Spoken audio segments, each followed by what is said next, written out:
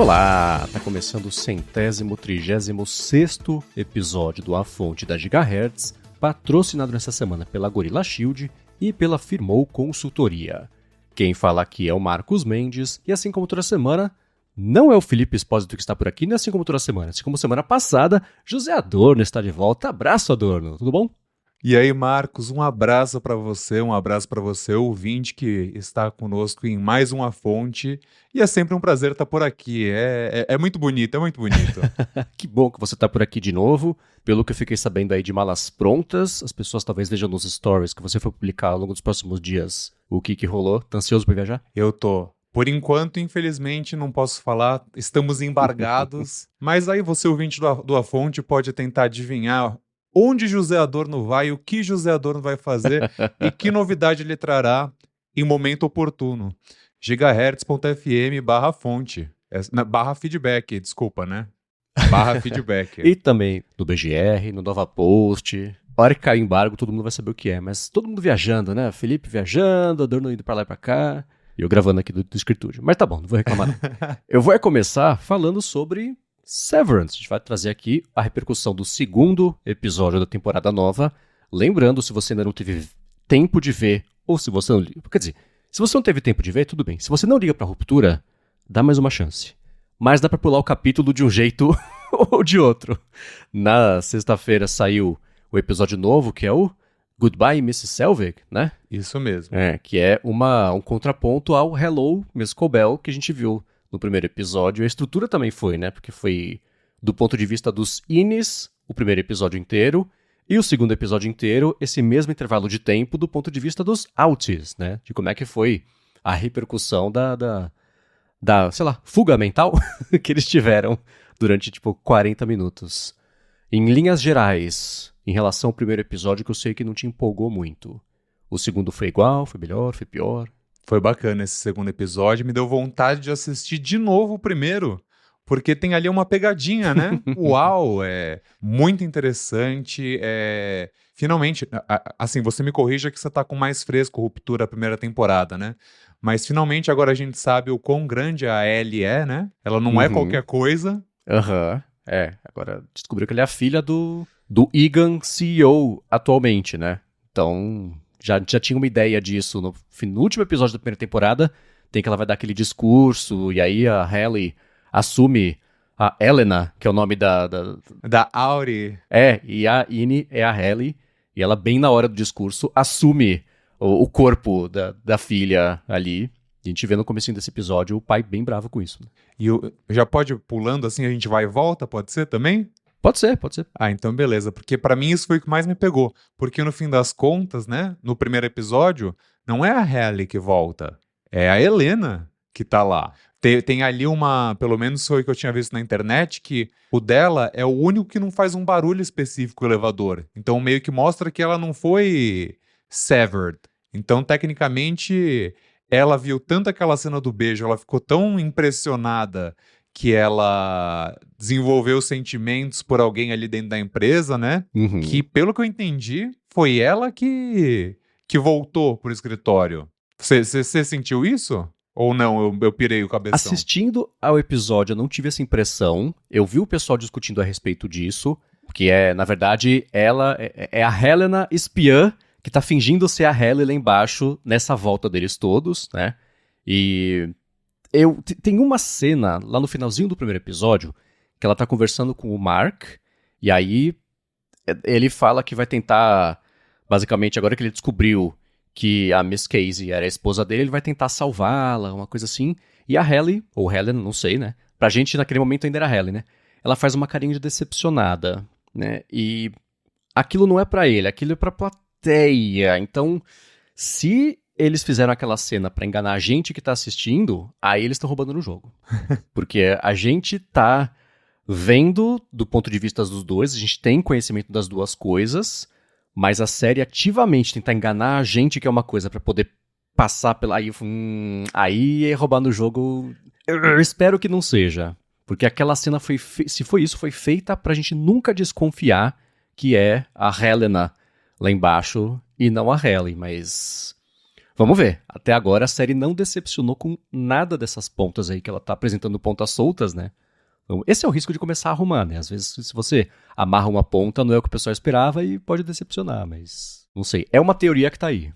Eu achei que poderia ser isso porque aproxima muito a imagem do elevador, né? Meio de tipo, ó, presta atenção que vai acontecer alguma coisa. No caso, não acontece nada, né? Uhum. E como eles repetem 3 vezes o mesmo barulho, a mesma cena, tudo mais, aí com ela foi um pouco diferente, assim, tipo, talvez tenha algo aí. Aham. Mas foi muito interessante justamente isso, né? Porque no primeiro episódio a gente vê que eles viraram salvadores, eles mudaram tudo, agora é uma nova empresa, não sei o quê. E na verdade eles fizeram um belo jogo de PR, eles mandaram todo mundo embora, e aí, porque o Mark pediu, aí a pergunta é, por que que o Mark é tão importante para Lumon? Uhum. Eles voltam todo mundo por um pedido dele. Uhum. Né? Então, de fato, a princípio é isso, né? Todo mundo voltou, a equipe dele voltou porque ele pediu e o conselho ou alguém, no caso foi o Mr. Milchick, que ouviu. Não, Milchick que ouviu ou foi Foi o a Mr. Milch, Helena? Agora eu me perdi. Que ouviu e falou: então a gente vai trazer aí essa galera de volta. Então foi bem interessante, que tipo, estamos de volta por demanda popular. E, na verdade, não aconteceu nada, a gente abafou tudo, e é isso aí. Mas vamos fingir pros Zines que... E esse é um ponto, por exemplo, no primeiro episódio a gente até falou aqui, se passaram 5 meses. Não, a gente descobre que se passaram 2 dias só. Ele tá fingindo que se passaram 5 meses, ele mostrou o jornal, né, foi tudo feito. Ele fala uma hora no segundo episódio, vocês estão reclamando que eu tive 2 dias pra colocar isso tudo de pé, né, então vamos lá, né. E uma coisa que a gente não repercutiu aqui na semana passada é o seguinte, a hora que ele mostra o jornal pro Mark, tá no cabeçalho do jornal, que ele é publicado desde 1893, e aquela edição do jornal é número 51.903. Se ele for publicado de segunda a segunda, isso dá 142 anos. Se você somar desde que ele foi publicado até esses 142 anos, dá 2035. Pode ser que a série esteja se passando em 2035. É um detalhezinho, né? Então a gente consegue ver que tem futuro, claro, né? Porque tinha uma parte de ficção científica aí que tá além do que a gente tem hoje em dia aqui. Então é só uma coisinha também para ficar de olho. É interessante porque se for em 2035, os telefones não evoluíram, né? Os telefones que todo mundo usa são os que a gente tem hoje em dia. A gente viu tanto o Riken na temporada passada, na hora que ele tá lendo o livro, que ele faz a brincadeirinha com o aplicativo que toca um sininho, sei lá. E o Mark também trocando mensagem nesse episódio. Sobre o Mark ter, né, feito eles voltarem, eu também fiquei com a impressão de que o experimento é o Mark. Tudo que está sendo colocado em volta dele ali é para medir de alguma forma o que acontece com o Mark, talvez em relação a ele estar tendo interagir com a esposa sem lembrar mesmo. Aí tem o lance da vela na primeira temporada, que a Miss Colbell fala, bota essa vela aqui, né? Que ela vai na casa, pega a vela, que é as coisas que a esposa, a Gemma, fazia, aquela vela verde e vermelha, né? Leva lá pra ver se incita alguma memória. E naquele episódio ele faz de argila, ele faz uma árvore. E nem sabe por quê. E depois a gente descobre que a árvore foi porque a Gemma, a esposa dele, morreu no acidente numa árvore. Então eu acho que ele quer o experimento e ele trazer todo mundo de volta é o jeito mais rápido de retomar o experimento, fazer as mensurações, mas ficou um pouquinho mais claro pra mim, pelo menos, que ele é o lance. Eles não podem fazer com que ele... Tanto que o Mr. Milchick demite todo mundo e mantém ele, né? E faz um esforço danado pra fazer ele voltar, pra convencê-lo a voltar, etc. Então, aí eu falei, comecei... Esse é o formato que eu tô dando pra história, pra tentar acompanhar como é que vai ser. E a gente descobre que ele nem se esforçou muito, né? Porque a Mrs. Colbell aparece e fala, eles chegaram com abacaxi, né? Uhum. Aí ele faz aquela carinha de, não, imagina. Então... Eu achei o máximo. Do abacaxi, o Mr. Milchick, eu até comentei com o Vlad no Threads, né? Que ele falou, nossa, o abacaxi tá me bugando a cabeça. O abacaxi, ele é o símbolo universal da hospitalidade. Olha aí. Então, eu até falei, você pode ver... Por que o bar Pineapple, que eu gostava em São Paulo, chama Pineapple? Por conta disso, né? E você pode ver, sempre bar, restaurante, hotel... Geralmente tem alguma coisinha de abacaxi, porque esse símbolo é o símbolo deles, né, basicamente. Então, trazer o abacaxi como esse símbolo de hospitalidade faz sentido. E eu gostei que o cartãozinho que tá junto do abacaxi é tipo, prezado funcionário valioso da Lumon. Não tem nem o nome da pessoa, é tão impessoal e tão em contraponto à hospitalidade. Eu achei muito interessante isso. E, bom, a gente vê todo o esforço, né, que está sendo feito para desarmar o problema que poderia causar a declaração da Helena. Não, eu tava tomando um remédio, fiquei meio bêbada e não levem a sério. O lance do X Alive, né? O Ricken falando... Não, tá falando da bebê, né? Um cara ultra egoísta, então é impossível ele conceber que era sobre outra coisa que não fosse sobre ele de alguma forma. Então tá falando sobre a filha. E isso eu falei, poxa, tão na trave, né? Mas acharam um jeito de desarmar para poder dar aí uma longevidade a essa dúvida. E a gente viu uma introdução nova pra série, né? Que eu achei excelente. Muito interessante, muito legal a introdução. Os cabeções de Mark subindo, descendo para um lado, para o outro, baixo. Não pareceu a versão das bolinhas do Morning Show em cabeça do Mark. Aham. E tá cheio de easter egg que a gente vai descobrir depois, o que significa, um monte de simbolismos ali na introdução nova, né, na apresentação. Quem pulou a introdução, vocês perderam. Vale a pena assistir. Pode voltar e assistir, é isso aí. E termina com bebê Egan. E você percebeu várias coisas, né, Marcos? Eu confesso que assim, eu fiz umas anotações, mas era uma coisa mais de tipo, pô, não vou esquecer de falar de tal coisa. Você tem uns easter eggs aí pra contar pra galera, né? Porque assim, só essa do abacaxi já me ganhou, mas tem mais coisa, não tem? Cara, tem uma que quem viu Lost talvez tenha se ligado, que é o seguinte, tem uma cena nesse segundo episódio, que é essa cena que você até falou agora há pouquinho, né? Que vai mostrando um a um chegando no trabalho e colocando as coisas nas gavetas, lá no armário, vai no elevador e desce. Inclusive, essa cena tem a duração exata e a sequência de eventos exata da cena do primeiro episódio deles chegando, que também é uma cena sem cortes. Então eles gravaram a cena sem cortes deles chegando no trabalho para casar direitinho com o que aconteceu no primeiro episódio. A duração é perfeita, é muito legal. Já apareceu um vídeo colocando os dois um acima do outro, eu vou colocar aqui na descrição um post do Threads, muito bacana. Agora, o que eu pirei, porque eu gosto muito de Lost, foi o seguinte. O número dos armários do pessoal, os números correspondem aos números de Lost. 4, 8, 15, 16, 23, 42, menos o Mark. O armário do Mark é outro, mas tipo, o Irv eu acho que é 4... E o Dylan acho que é 16, a Halle eu acho que é 42. Então, eu não vou em nenhum simbolismo além só de que eles resolveram brincar com isso. Né? Putz, quem que era no Lost? O 4? Não precisa disso. Mas não pode ser por acaso essa coincidência de vários números casarem uma coisa com a outra. Né?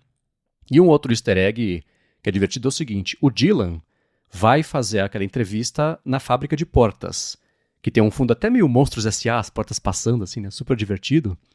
E o criador da série teve a ideia de fazer a série quando ele trabalhava numa fábrica de portas.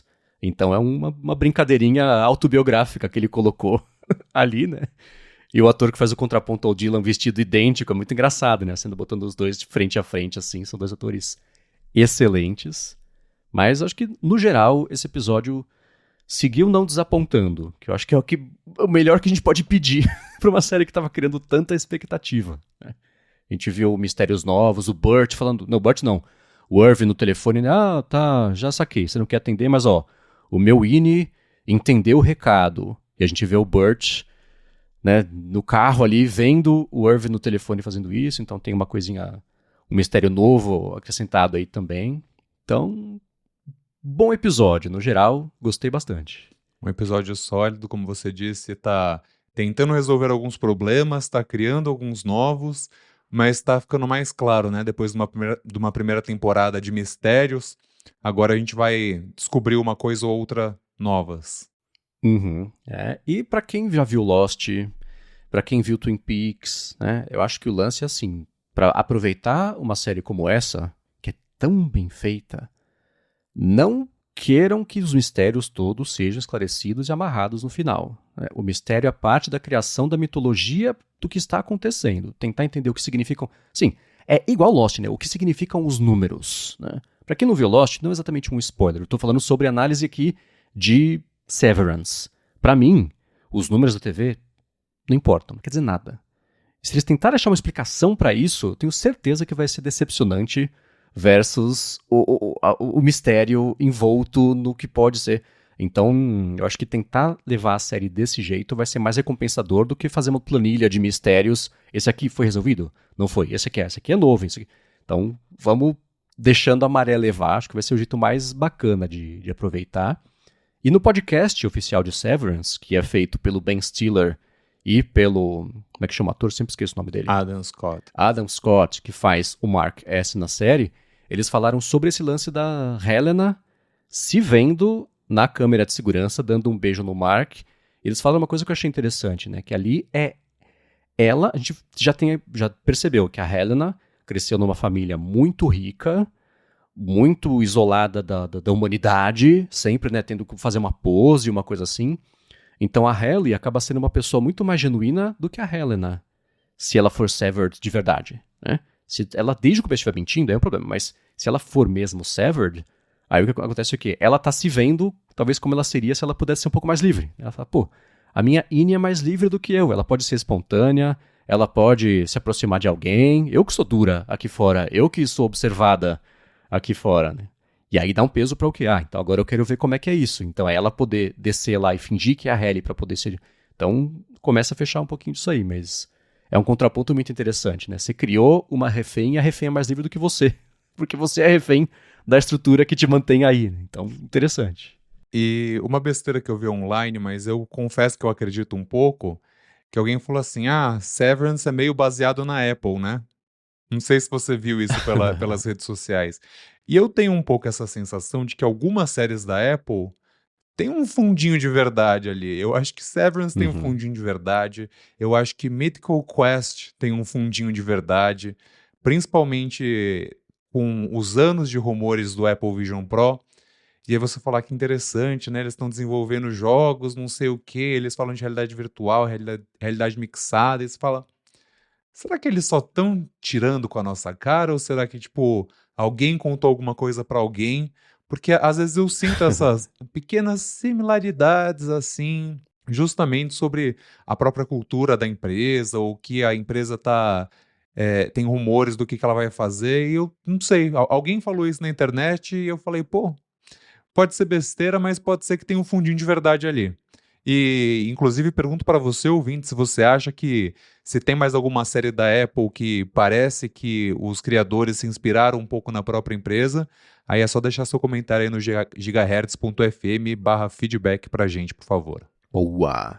Eu noto essa semelhança. É bem fácil de encontrar, né? A gente vê, especialmente na parte de segredos, eu mandei agora pra Adorno, eu vou deixar aqui na descrição do episódio um link, que é, eu tentei achar só a imagem, eu caí por acaso na matéria do Night 5 Mac, mas eu vou deixar aqui. Que são os eventos da Apple, esses de vídeo, e sempre mostra quando desce ali pro laboratório de silício, né?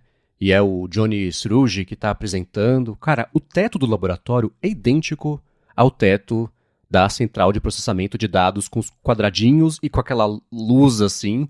Quando eu vi a primeira vez, eu achei que fosse um easter egg de ruptura. Não é, né? Essa é a estética mesmo. Então, tem muitas semelhanças mesmo, né? A própria arquitetura...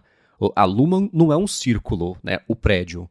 Mas a área da Lumon ali é um círculo também. Então, eu achei... Se eu encontrar esse, eu coloco na descrição também.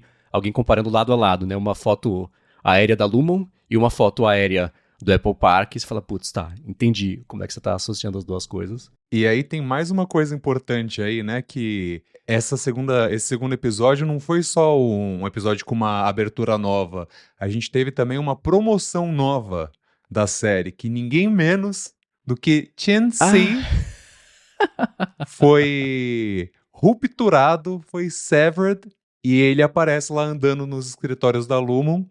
Ele é recebido pelo Mr. Milchick, que fala... Chen-Si, welcome, the heart of the apple. É mais ou menos isso, né? Please take a seat. De tipo, você, Chen-Si, seja muito bem-vindo, você é o coração da Apple, né? Por favor, sente-se. E aí ele liga a TVzinha e tá falando a segunda temporada de Severance tá disponível no Apple TV+. Foi bem interessante. Eu acho que é a primeira vez que, assim, o Tim Cook de vez em quando atua, mas é a primeira vez que ele promove uma série da empresa dessa maneira. Ele realmente vestiu a camisa, Assim, vestiu o crachá. vestiu o crachá. O meu Tico brinca com the core of the Apple, né? Porque The core aí of tem a the brincadeira de trocadilho, porque em inglês core é o centro, né? Você ser a base ali, aquela, né? O núcleo e o meio da maçã. Em inglês, o trocadilho é core também, né? Então tem essa brincadeira. E ele... o Tim Cook como ator é um ótimo CEO, né? Assim, mas eu acho que esses vídeos se apoiam no fato dele não ser exatamente um bom ator para tentar transformar isso em um benefício engraçado do vídeo, né? Então teve aquele com o Octavia Spencer faz um tempo, que era da Mãe Natureza, né? Um vídeo super comprido lá falando das iniciativas de ambientais da Apple. Teve esse também. Esse eu fiquei esperando ter um twistzinho bacana no final. Não, Severance, assiste lá. Falei, poxa, perderam a chance de fazer uma coisa mais bacana. Mas é divertido ver o Tim Cook ali, né? Pensar que ele tirou um tempo dele, foi até o estúdio, gravou aquilo, balançou o cabeção.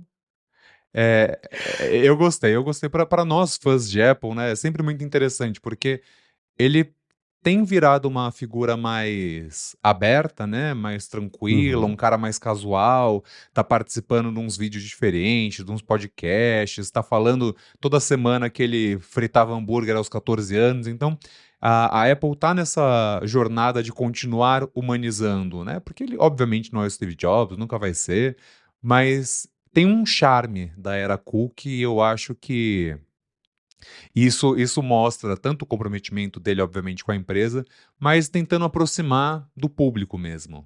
Uhum.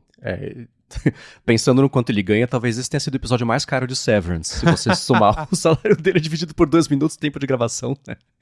Então eu vi falando em orçamento que... Eu não sei onde girou isso também, mas que o último episódio dessa temporada, só esse último episódio, custou $40 milhões pra fazer. Então vem coisa grande por aí. A gente pode esperar. Mas, de fato, foi divertido ali ver o Tim Cook. Eu tô vendo aqui as minhas anotações sobre esse segundo episódio. Eu acho que não tem nada assim mais muito relevante que eu queira comentar aqui. Só o ponto de que bom, que continua bom. Que bom que ainda não pisaram na bola e que dá pra gente se divertir e poder seguir comentando aqui. E o episódio termina, é claro, com o Mark vingando todo mundo que falou, cara, você vai ter que comer cookie de lavanda, sei lá o que é, né? Eu comi seus malditos biscoitos nojentos, né? Lavando a alma ali pra Cobel, no fim das contas, né? Mrs. Seller. Muito bom. E aí ela acelera, quase passa por cima dele e some, né? Vamos ver o que rola. Muito bem, é claro que se vocês tiverem algo a dizer sobre Severance ou sobre Ruptura, eu falo Severance, gigahertz.fm/feedback. Agora eu quero trazer os follow-ups aqui em relação às últimas semanas. E é um follow-up que segue no assunto de Apple TV, porque é o seguinte, o Rubens Padovese falou, me deparei com esse vídeo, já falo o que é. É verdade que a Apple empresta ou disponibiliza ali dispositivos para aparecer em filmes, mas tem uma cláusula que vilões não podem usar esses produtos? Eu vou deixar o vídeo na descrição aqui, que é de alguém justamente contando essa história. Você já sabia dessa? Tinha visto isso quando virou notícia, Dona? Já tinha visto, mas eu acho que assim, é verdade 95% das vezes.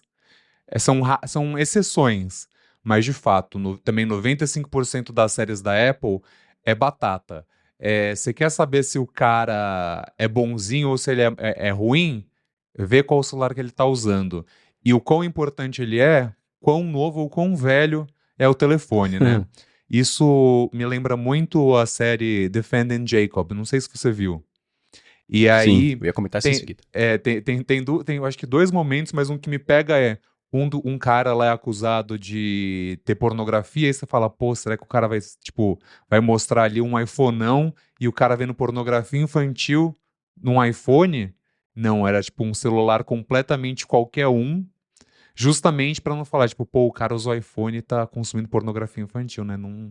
O cara é um pedófilo. Então, tipo, tem umas pequenas coisas assim, tipo, pô, o cara é um assassino em série.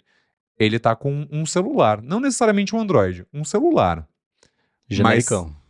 Mas o iPhone geralmente é o salvador do dia que usa. Uhum. Quem estragou isso pra todo mundo foi o Ryan Johnson. Na época quando saiu o primeiro Knives Out, que eu nem sei como é que chama em português.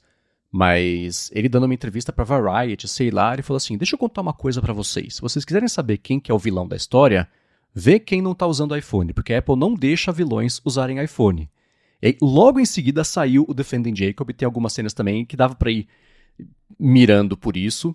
Justamente por isso, como o Rian Johnson estragou pra todo mundo, agora a gente tem visto vilões usarem iPhones também, mas se for um vilão bem vilanesco, aí dificilmente vai estar usando iPhone.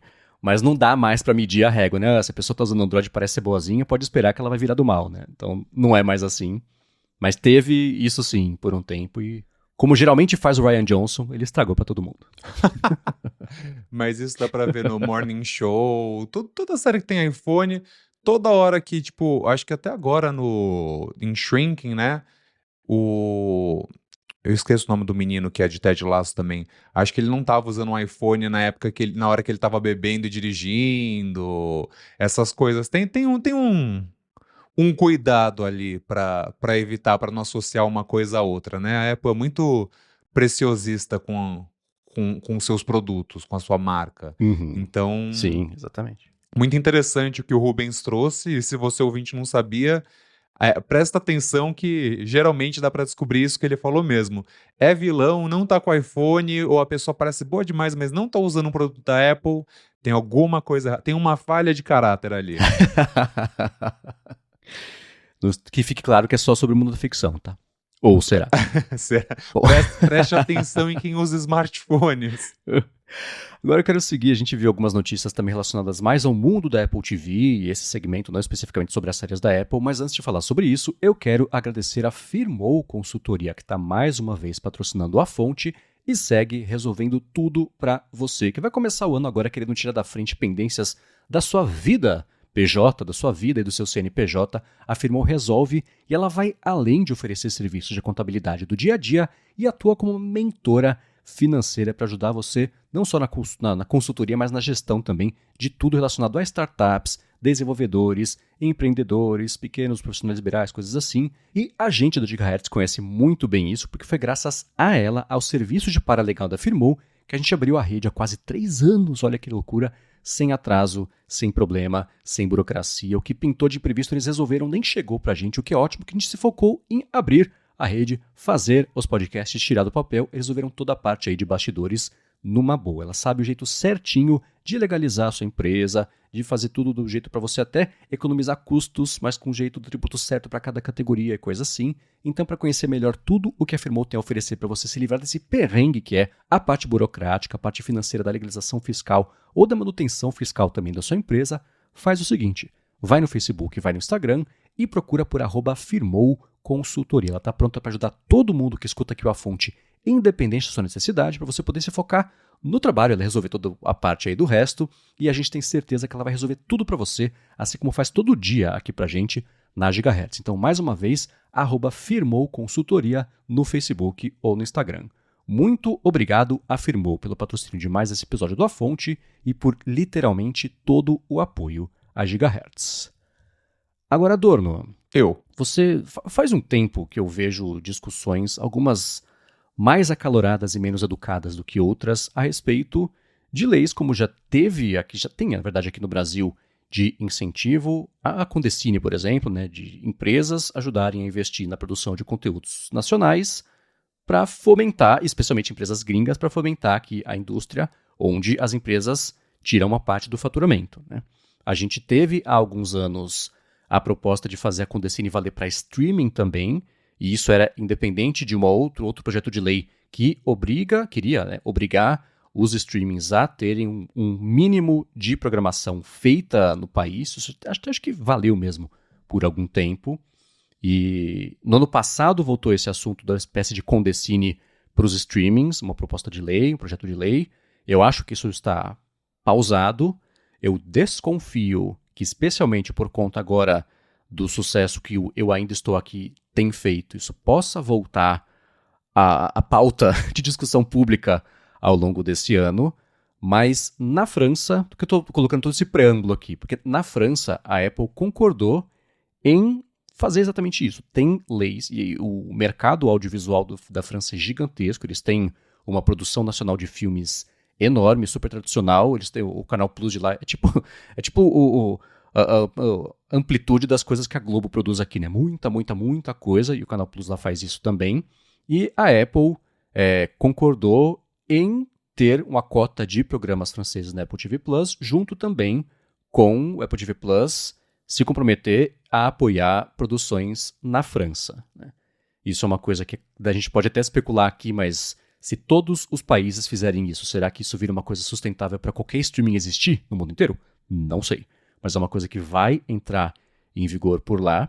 E eu sei que você, né, não estava envolvido nisso, mas você tem uma passagem, por exemplo, pela parte de jornalismo da própria Globo, né? Então você tem esse histórico e um contato entre esses dois mundos aí, talvez mais próximo do que eu, do que muita gente que escuta aqui o podcast. Então eu queria entender primeiro a sua visão, seja ela que você concorda ou discorda, a gente pode falar numa boa sobre isso aqui, sobre obrigar empresas gringas a ou investirem ou darem espaço para conteúdos nacionais para poder operar aqui, e também, de certa forma, como é que você viu isso com a Apple concordando em fazer isso lá na França? Bem, é sempre muito interessante quando isso acontece, né? Porque se você for pensar, todo mundo tá atrás desses dinheiros das Big Techs, né? A Netflix não passou batido aqui, né? São diversas as produções brasileiras, seja para se adequar a leis, a se adequar a regras, se adequar ao momento. Mas eu concordo com o que você falou. Se todo mundo decidir que o seu país precisa ter investimento, então assim, não vai dar para colocar para todo mundo, né?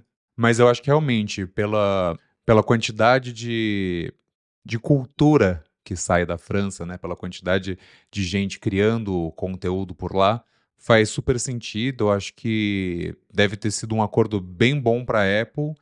E no caso daqui, a gente vê, né, tipo, às vezes saem coisas muito legais, né? Principalmente falando de Ainda Estou Aqui, né? Se você for pensar, o Ainda Estou Aqui é um original Globoplay. Então, do mesmo jeito que a Apple surfou na onda do Coda, que foi o melhor filme do ano de 2022? 2023? Dois, talvez, acho que 2. E agora o Globoplay tá mandando essa. Olha aí, Globoplay indicado ao Oscar, só categoria top, não sei o quê.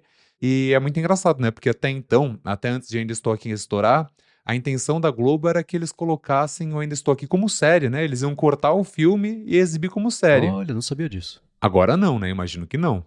Agora não pode mais mexer. É cinema absoluto.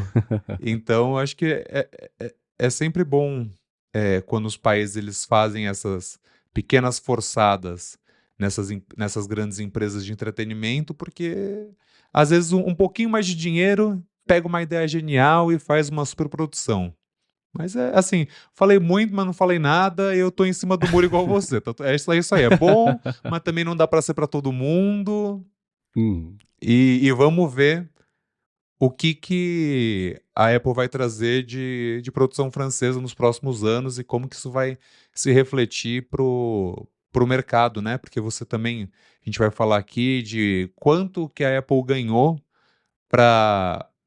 depois de ter feito algumas das séries, né? Isso foi uma data do Parrot Analytics, que a Deadline falou sobre isso essa semana. E aí, por exemplo, que a primeira temporada de Severance gerou mais de 200 milhões de dólares para a Apple, Slow Horses foi quase 185 milhões, o Morning Show, em todo esse período de atividade, foram 300 milhões, e a grande queridinha da empresa, e agora a gente entende por que é tão queridinha, Ted Lasso, gerou 609 milhões de dólares do terceiro trimestre de 2020 até o terceiro trimestre de 2024. Então, quando a empresa ganha tanto dinheiro de volta depois de colocar tanto dinheiro numa produção, realmente você entende por que o Tim Cook diz até hoje que tá vendo o Ted Lasso no Vision Pro dele. Será que o Vision Pro só existe por conta de Ted Lasso? Pois agora, é interessante, assim, né? Esse levantamento da Parrot Analytics, eu já li umas 4 ou 5 vezes o que eles descrevem como uma metodologia e até agora eu não consegui entender a ponto de falar assim, não, isso aqui eu vou explicar para vocês. Então eu só vou ler. A metodologia é a seguinte, é a metodologia de avaliação de conteúdo que usa uma fórmula para correlacionar demanda da audiência, da plateia, do público, com a quantidade de assinantes e, portanto, o faturamento. Eu sei que eu fui chato pra apresentar isso aqui, né? E eu já deixei as pessoas predispostas a não entenderem também, mas é uma estimativa, e é o que eu falo sobre toda estimativa, sobre todo benchmark, sobre toda avaliação da DxOMark de câmera. Concorde ou não com a metodologia, pelo menos é uma coisa consistente que, passado o tempo suficiente, você consegue colocar numa régua e você relaciona e tem o contexto de cada um dos conteúdos. Se essa metodologia funciona ou não, não sei. Mas de acordo com ela, você divide ali a grana versus a série versus o faturamento, ok, né? Dizer, e faz sentido também o quão importante essas séries parecem versus quanto dinheiro elas faturaram para a Apple, né? Então, passando por Ted Lasso, Morning Show, Slow Horses e Severance, ok, né? Mas isso a gente está vendo também, por exemplo, vou trazer uma terceira notícia aqui de Apple TV que saiu nessa semana, que é o seguinte, né? A Apple teve um total de 0 indicações ao Oscar nesse ano. E a gente viu nos últimos meses o quê? Que a Apple estava pretendendo já passar investimentos em filme para poder investir mais em série. Eu acho que receber... Se foi do céu ao inferno em 2 anos, né? Em 3, sei lá, de 2022. Você estrear no mundo do cinema com uma indicação e uma vitória de melhor filme para 2 anos depois. E os filmes que saíram da Apple TV Plus, assim, né? Não teve nada de exatamente tão bonito ou tão tocante ou tão importante culturalmente. Pô, você acha que o Wolves não deveria estar concorrendo? Era só tirar a Emília Pérez ali. Quase igual. Então, faz sentido, né? Olha quanto as séries estão trazendo de grana. Né? Elas custam mais para fazer? Custam. Ainda assim, né, a parte de filmes... O Wolves é um perfeito exemplo. Ó, toda a treta de bastidor que deu o Wolves aqui e que a Apple acabou ficando suja no rolê da parte de reputação, porque o diretor falou, cara, o Wolves 2 nem vou fazer aqui, porque eu não consigo mais confiar neles. Eles mudaram a regra do jogo na véspera da estreia, pronto, não é mais cinema, agora é só streaming. Anunciaram o segundo filme, que eu nem queria que eles fizessem isso, porque o filme é meu, falaram que... Então, sim, se queimaram forte. É claro que a Apple sendo Apple, tendo o limite do Pix que tem, as pessoas ainda assim vão querer se associar a ela de uma forma ou de outra para poder ter ali um financiamento de uma produção para ser feita. Mas eu queria muito ver o levantamento de quanta grana os filmes trouxeram para a Apple ao longo desses anos também. Talvez a Parrot Analytics possa fazer isso. E também sempre tem um lobby aí por trás, né? Então também não é só o filme ser bom. Tem que ter uma conversa, tem que ter um charme, tem que... Mas assim, longe de mim, entretenimento não é meu foco de cobertura, mas assim, a gente sabe que tem um charme, tem que ter uma conquista, tem que rolar uma amizade, é igual os lobistas de congresso lá nos Estados Unidos, aqui no Brasil, não é só o rostinho bonito e um projeto legal, nunca foram para frente. E inclusive, você falando dessa estimativa, eu quero puxar aqui pro nosso cantinho, porque essa semana eu publiquei no BGR uma reportagem falando que o Spotify, mais uma vez, continua pagando metade do Apple Music. Não sei se você chegou a ver essa semana, acho que foi... Não? Essa semana, vulgo sexta-feira, uma coisa assim. E aí são essas empresas que fazem essas análises, não sei o quê, e metendo pau no Spotify, falando que assim, o Spotify que joga a indústria do streaming para baixo, porque eles que pagam muito pouco, então tipo, o Amazon Music paga $9 a cada 1.000 streaming, a Apple paga 6, e aí o Spotify paga 3. E que não só isso, mas eles têm um programa com criadores independentes que eles falam, ó, a gente vai colocar o algoritmo para te dar um boost, mas 30% desse stream é nosso. Aí tudo bem, fiz a matéria em cima dessa reportagem, não sei o quê, dei aquela aumentada na voz. Meu amigo, recebi um background do Spotify, que está na matéria, e tipo, isso é um absurdo, não é verdade, essas informações não são verídicas, eles tiraram de sabe Deus onde, não sei o quê. Aí eu falei, tá, mas e como que funciona? A gente vai contar depois. Depois a gente conta como que é. Então, assim, é a mesma coisa, porque a Apple não comenta, né, venda de iPhone, não comenta quanto dinheiro faz, quanto assistiu, quanto não assistiu. É sempre aquela coisa, esse filme gerou um engajamento 10 vezes maior do que o melhor filme anterior. Mas qual era o melhor filme? Quanto que ele engajou? É tipo vendo bateria de iPhone, né? Esse iPhone, ele dura 2 vezes mais que o iPhone da geração anterior. O iPhone da geração anterior dura 2 horas a mais do que o outro. Aí quando você vai descendo, aí você vai ver a bateria, tem só um tracinho. Então, tipo, pô, qual que é a métrica ali? Mas Aham. pra dizer de tipo, sempre tem uma verdade aí por trás. Pode não ser todo esse Uhum. valor, pode ser um pouquinho mais, pode ser um pouquinho menos, mas essas estimativas geralmente são próximas da realidade, e se alguém reclamar e a gente voltar no A Fonte da semana que vem para falar desses números, é porque eles acertaram. Essa história de que o Apple Music não só é o melhor pagador de artistas de música, mas está quase um grau de magnitude acima de tudo o resto que o Spotify é o pior pagador deles, não é uma informação exatamente nova. Desde que saiu o Apple Music, basicamente, a gente vê esse tipo de comparação e é muito parecido. Foi interessante, enquanto você falou, dei uma espiadinha aqui, que você colocou na íntegra a resposta do Spotify sobre como eles receberam a matéria. É interessante porque é o que você comentou, é assim, né? Eles disputam a metodologia e disputam, não, discordam, contestam a metodologia e os números. Aí, ok, mas você tem que contrapor com os seus números para dizer o que está errado, né? Você fala assim, a gente discorda da premissa.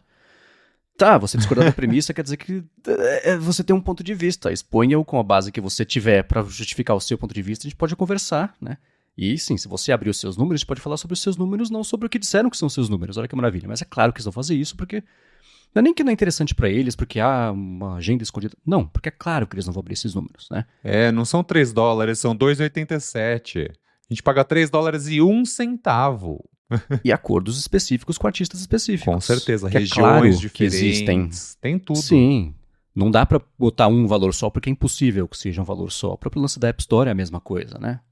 Todo mundo está aqui igual, a regra vale pra todo mundo, asterisco. Exceto se você for a Amazon, não sei o que, não sei o que. Que é óbvio que ia ser assim. Mas se você falar isso explicitamente, você entorna muito mais o caldo, né? Então, eu vou deixar, claro, aqui na descrição o link pra sua matéria. Interessante isso ter voltado a ser assunto e pauta. Eu espero que cada vez que isso virar uma pauta e uma polêmica, dê pra espremer um pouquinho mais do lado dos artistas pra eles conseguirem ganhar um pouquinho mais e aumentar a pressão, porque geralmente essas notícias vêm perto do quê? De renegociação de acordo com gravadores, as coisas não acontecem num vácuo, né?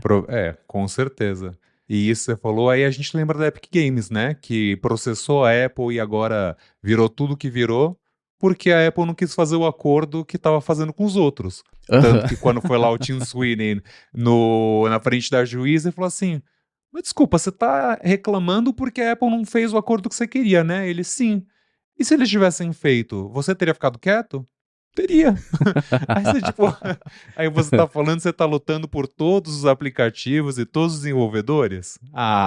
Com licença, com licença. Vamos lá, vamos lá. Além desse link do BGR, eu vou colocar também os outros todos que a gente comentou da parte do levantamento do Parent Analytics e também da produção de conteúdo francês. Vocês digam pra gente o que vocês acham sobre isso, que eu sei que é um tema que é difícil de explorar, mas o bom é que os ouvintes da Fonte e da Gigahertz como um todo são educados e sabem falar sobre temas como esse.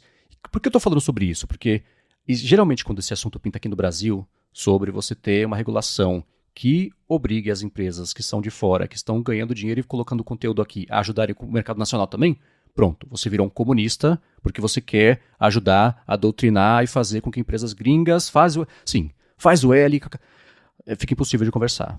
Mas não vai ser o caso aqui, porque eu quero saber de vocês, o que vocês acham sobre a proposta de lei de talvez obrigar os streamings a investir em conteúdo nacional como parte do acordo para eles poderem, enfim, operar por aqui.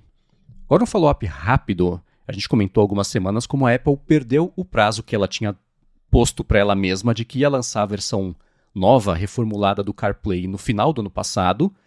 O fim do ano passado veio, chegou, foi embora. Não teve nada a respeito disso. O Felipe comentou que ele viu até nos códigos dos betas, dos sistemas que estão chegando, menções novas a funções novas do CarPlay, uma coisa que segue em desenvolvimento lá dentro. Mas, na última semana, a Apple confirmou o atraso, que já estava confirmado, afinal, atrasou, do CarPlay, mas disse que o projeto segue vivo lá dentro e que ela segue trabalhando com vários fabricantes automotivos para fazer isso virar uma realidade. Quis trazer isso como uma atualização, porque a gente tocou nesse ponto nas últimas semanas, mas, Adorno, o CarPlay atrasado tira o seu sono? Eu acho que assim, primeiro de tudo, feliz ano novo, Marcos. Porque até anteontem estava no site da Apple que chegaria em 2024. Eu estava preocupado, porque assim, janeiro não acaba e a Apple ainda estava em dezembro. Então, assim, tava É o fuso feio o horário. negócio. É o fuso horário. A Califórnia voltou pra 1964. Não, sacanagem. Mas, de fato, o CarPlay não me tira o sono, mas como tanto o Felipe quanto eu nós cobrimos para o mercado americano, pensa num pessoal que perde o sono pensando em CarPlay. E eles perdem mesmo, eles são alucinados por CarPlay. Cada matéria que a gente faz de dicas e truques de CarPlay, toda vez que tem atualização, assim, não importa o iOS 19, eles querem saber o que vai ter de novo no CarPlay. Então, assim, o meu sono não tira. Eu acho, eu até escrevi isso pro BGR, que apesar desse atraso e tudo mais, ainda há tempo, porque tem um público que realmente faz questão de ter o sistema da Apple no carro, e você ter um infotenimento é isso? Que é o Eu infotainment acreditei. lá? Não, tem isso aí. Eu falei com seriedade, você ouvinte, tenho certeza que também concordou. E vai ser interessante de ver, né, a Apple tomar conta do carro, porque isso vai ser o mais próximo que a gente vai chegar do Apple Car nessa vida, provavelmente. Porém, no entanto, todavia, por enquanto a Apple só tá falando com gente grande, né?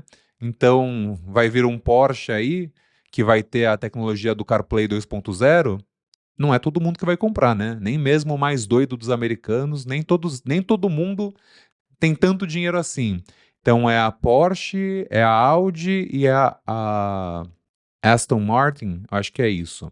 Pelo menos eram as três que já estavam meio que confirmadas. A Audi tinha coisa no beta do iOS, a Porsche e essa outra já tinham falado que estavam desenvolvendo, a Apple colocou umas imagens oficiais. Mas assim, três é diferente de several, né? Que é o que eles falam. Uhum. Tem diversos fabricantes. Então, assim, tem muita gente aí, mas quem é muita gente, né? Quem que vai fazer parte disso? Mas agora sim, eles não se comprometem mais a ser 2025. Vai vir aí. Vai ser 2025? Vai ser 2026? Não sei. Estão trabalhando nisso. Mas deve ser uma dor de cabeça danada, né, Marcos? Porque pensa, você pegar cada. E é uma coisa que não pode falhar, né? Imagina Uhum. você dar um bug no CarPlay que você acha que você tá a 40 milhas por hora e você tá a 50. Aham. Não dá, né? Então, deve ser ali uma dor de cabeça para fazer o sistema da Porsche falar com o sistema da Apple, que eu imagino que seja por isso que tá demorando tanto. Você acha que tá em milhas por hora, tá em quilômetros por hora, né? Isso pode acontecer. Se a Mas você tem NASA já perdido o fez sono isso, com isso? não, nem um pouquinho.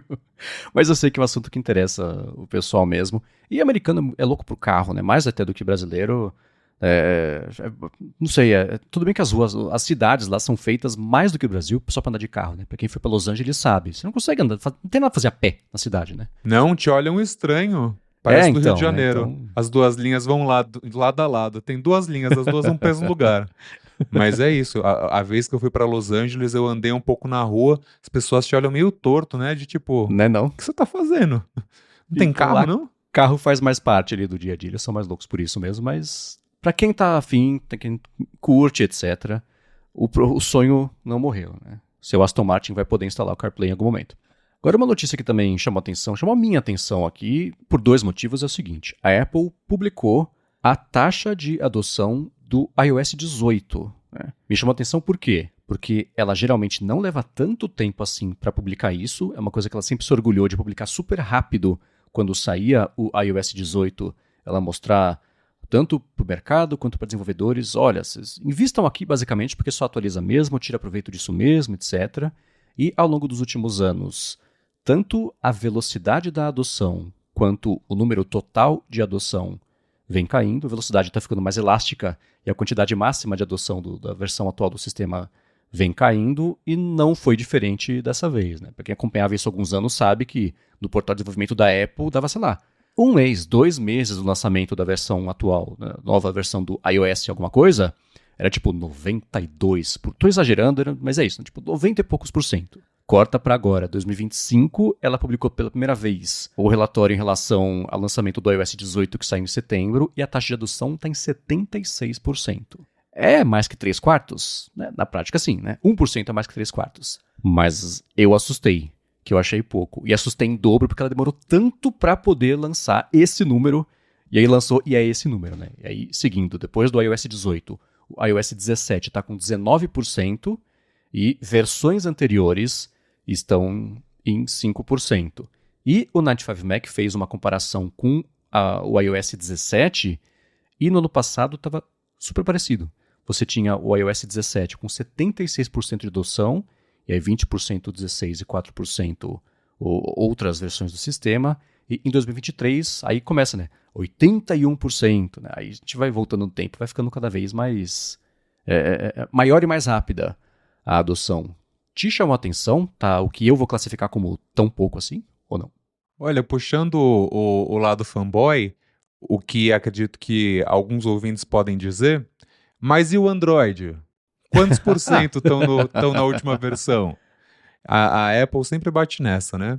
Eu acho que assim, nós que acompanhamos a tecnologia tão de perto e principalmente que a gente estava esperando as novidades do sistema, então assim, eu tô rodando o iOS 18 há tempo demais já. Eu já tô prontíssimo pro 19, porque desde junho do ano passado eu tô rodando o iOS 18. Eu não aguento mais, eu acho que já deu o que tinha que dar, a gente já pode seguir a página.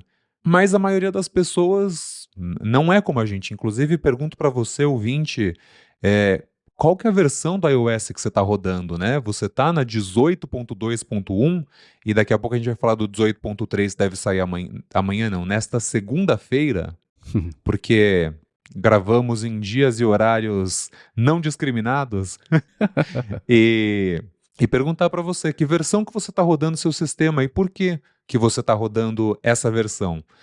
Obviamente no gigahertz.fm/feedbacks, também encontro o Marcos no Threads, me encontra no Threads lá também, daqui a pouco a gente fala nossas redes sociais, mas conta pra gente aí qual é a sua versão. E aí o que eu ouço das pessoas, Marcos? Não sabia que precisava atualizar. Ignorei aquele umzinho lá nos ajustes, sempre aparece, dane-se. Não tenho armazenamento, ou para que eu vou atualizar se meu iPhone vai ficar lento? E eu acho que como a Apple fez isso algumas vezes ao longo dos anos, as pessoas realmente acham que atualizar o telefone é um problema. E não de tipo, você está ganhando novos recursos, novas funções, uma bateria melhor. Não. Mas se está funcionando aqui nesse, para que eu vou atualizar para o próximo? Eu acho que no Mac, ainda por cima, é um pouco mais verídico isso, né? Às vezes você vai ver o Mac das pessoas, a pessoa está rodando, tipo, 3, 4 softwares atrás. Por quê? Porque está funcionando. Se eu baixar uma versão nova, vai travar. Você não acha que vai mais ou menos por aí? A gente que é tudo maluco e vai assim, de vez em quando tem uma versão muito boa, às vezes fica meio ruim, às vezes melhora. Eu sou do time que atualiza sempre. Eu também. Todo ano eu falo, nesse ano eu não vou instalar o beta não. Corta pra 3 minutos depois, preparando para instalar o beta, né? Todo ano. E a gente aqui, né, de tipo, gente, por favor, não instale no seu dispositivo primário. Eu, todos os anos, em todos os meus dispositivos primários, instalando todos os betas. Faço o que eu falo, não o que eu faço. Mas, assim, enquanto você estava comentando isso, eu fui atrás. O Google, faz um tempo, lá no painel de desenvolvimento do próprio Android, eles tinham parado de atualizar, ou demorava para atualizar também a taxa de adoção. Mas eu cacei aqui no StatCounter, que é um site de análise de dados coletado a partir de várias fontes para centralizar isso e fazer diagnóstico basicamente de market share de um monte de coisa. Eles colocam que a versão atual do Android, que é a 14... Bom, o grupo 14.0 do Android, o 14 do Android, está com 37, vai arredondar, % de adoção. E aí o Android 13 está com 19, arredondando de novo de adoção. Então você pode ver, né? O máximo que acaba acontecendo no Android é 1/3, mas eu tento nem comparar essas duas coisas, que o Android melhorou muito, muito, muito quando o assunto é a fragmentação, né? Até clichê falar de fragmentação do Android, tá muito melhor, mas ainda assim é impossível mesmo comparar, porque a quantidade de aparelhos, a volta que o sistema tem que fazer também já melhorou. Mas passar entre cada fabricante, cada operadora, nem todo mundo ainda é assim, mas ainda rola isso, acaba nem dando para comparar mesmo, né? Mas específico falando do caso do iOS, eu acho que existe esse medo de, eu vou atualizar e vai ficar mais lento, porque a Apple deixa mais lento para me fazer comprar iPhone novo, tem essa... Geralmente quando falta a informação, a teoria da conspiração toma o lugar disso, né? Então, por outro lado, é claro que se o sistema cada vez mais está colocando funções novas, isso vai demandar mais do próprio sistema e isso acaba, né? É um ciclo meio vicioso aí. Eu acho que o efeito, né, aquela vontade de atualizar, tem coisa nova, tiver que tem. Isso depois de quase 20 anos de iPhone já esfriou. Né? Antes, só porque tinha saído o iOS 12.5.7.4.2. O pessoal corria para atualizar, né? Geralmente o quê? Correções de bug, melhoria de segurança, esse tipo de coisa. Eu troquei, mas vocês entenderam, né? Então, hoje em dia já não tem mais essa sede por atualizar. Quando tinha emoji novo, eu via sempre que dava um bump, né? A Apple lançava, sei lá, iOS 16.0. Beleza. 16.1. Tem emojis novos. Aí sim, ela publicava que da noite pro dia bateu 82% de adoção aqui, porque todo mundo baixou pra ter o emoji de, sei lá, fantasminha que agora tem. Mas acho que nem isso também tá motivando as pessoas a colocarem mais rápido. E também, para finalizar, eu acho que a própria desaceleração, o desaquecimento do mercado de telefones faz o pessoal... putz, o iPhone já tá mais velho mesmo, nem tanto faz atualizar ou não. Eu mesmo tenho um 13 Pro Max até hoje que me supre numa boa, né? A Apple interagia sendo uma porcaria, então se eu tivesse acesso a isso, não ia fazer tanta diferença. E o que eu uso mais é no computador, então o iPhone acaba ficando meio para escanteio mesmo. Né? Olha, Marcos, ia fazer diferença sim, porque ia acabar tua bateria mais rápido, tá? Então não fale do Apple Intelligence desse jeito, porque tua bateria tá acabando mais rápido. Não é que não serve pra nada, que não faz diferença. Faz diferença sim. O Rambat, ele tava escutando o episódio da semana passada e ele comentou sobre o lance da bateria e ele falou, putz, pra mim aqui, ele não sentiu isso. Ele falou, pode ser a parte de notificação que as pessoas recebem, né? Cada pessoa recebe de um jeito diferente, maior quantidade de notificações, menor, etc. Então, se a notificação faz o aparelho rodar uma IA, e aí se você desligar a IA, pelo menos essa parte do processamento não acontece, você acaba poupando bateria de tabela, né? Então, pode ter uma coisa relacionada a outra aí. O ponto é que depende muito de como cada um está usando, mas me surpreendeu muito ver, primeiro, a Apple demorando isso tudo para anunciar que passou de 3/4 de adoção e isso acontecer só agora, no fim de janeiro de 25. O Natal tá aí quase, então foi surpreendente. Bem, um abraço, Guilherme Rambo. E é interessante porque, assim, a gente tem falado tanto de Apple Intelligence, né? Só se fala em outra coisa, mas a gente fala tanto de Apple Intelligence e todas essas grandes novidades que vieram no 18.1, 18.2 foram focadas para usuários do iPhone 15 Pro e iPhone 16. Quando você tira essa base de usuários da sua frente, o iOS 18 é uma das piores atualizações dos últimos anos. Tudo bem, teve todo um revamp ali da tela inicial bloqueada e o central de controle, teve. Mas fora isso, a Apple esqueceu de todo o resto da base. E a maioria das pessoas tem um iPhone 15, um iPhone 14, um iPhone 13, um iPhone 12. Então, assim, o que mudou de tanto para você desde que o iOS 18 foi introduzido e a gente agora às vésperas do 18.3? Você sentiu grandes novidades, grandes diferenças? Eu sou o edge case humano, como a gente brinca no ADT, porque tudo que pintou de máxima novidade no iOS é o que eu já fazia cheio de gambiarra, que era de posicionar os ícones onde eu quisesse, por exemplo, fazer as pastas não terem nome, sei lá, esconder. Então, mas eu concordo com você, e eu sempre falo, né, o Tim Cook tem que dar graças a Deus para IA generativa, para o chat GPT, porque se não fosse isso, o que ia ter tido de novidade no iPhone no ano passado, no iOS como um todo? Por outro lado, para a maioria das pessoas que usam iPhone que não tem o iPhone que tem acesso a isso, a gente fica meio... Tá, que bom que agora eu consigo posicionar os ícones onde eu quiser na tela, né? E que eu não fico mais... Isso faz muita diferença. O negócio de não enjoar no carro. Se você tem... Chama-se cinetose, né? Se você tem cinetose e você não ligou isso, ligue, porque é uma das coisas mais mágicas que já pintaram desde o iPhone OS 1 até hoje. É incrível como funciona os pontinhos na tela. Eu fui pegar um carro, eu entrei no Uber nessa semana, por algum motivo estava desligado isso e eu não percebi. E eu percebi que eu fui ficando enjoado, eu falei, nossa, mas o que tá acontecendo? Aí eu falei, cara, não tá ligado o negócio, que loucura. Aí eu liguei e beleza, né? Mas eu tô dando essa volta pra falar o quê? Concordo com você que tirando a parte da IA, sobrou o quê? Aí as pessoas, é claro, não se sentem motivadas a atualizar mesmo, porque aí sim vira, vou atualizar por quê? Só para gastar mais bateria? Eu não, tá funcionando, deixa assim. E se você pegar a IA e ver que não tem nada, é, é complicado, né? Que são os writing tools que não funcionam, só funcionam em inglês, mas ainda assim passam erros horríveis. As notificações que agora no iOS 18.3 vão ser desativadas, né? O resumo, porque estava rolando fake news, como a gente falou no episódio passado. O Genmoji é bonitinho, você faz 3 Genmojis e você fala, ah, obrigado, tá bom. Entendi. O Image Playground não é para todo mundo, de tipo, você não pode, por exemplo, quando o William fez aniversário, William Max, um abraço para você, William. Abraço. No ano passado, a gente falou: esse é o primeiro aniversário com Apple Intelligence, esse a gente nunca vai esquecer. Depois o Felipe em dezembro, a mesma coisa, e a gente mandava um pro outro de tipo, Felipe Espósito celebrating birthday, e colocava lá o Image Playground para fazer. Horrível. E assim, não pode ser o Felipe comemorando o aniversário dele comigo e com o William. Não, é só uma pessoa. Talvez a Apple também queira evitar alguma polêmica, né? Então, por enquanto, o Image Playground é limitado a uma pessoa. A pessoa pode estar numa festa de aniversário espacial, com cores vibrantes e não sei o quê, mas aí é só uma pessoa. É uma festa para um. É da era da pandemia. E você tá animado, Marcos, pro primeiro aniversário? Já foi? O primeiro aniversário com Apple Intelligence? Ainda não, ainda vai acontecer, nem na época dos betas.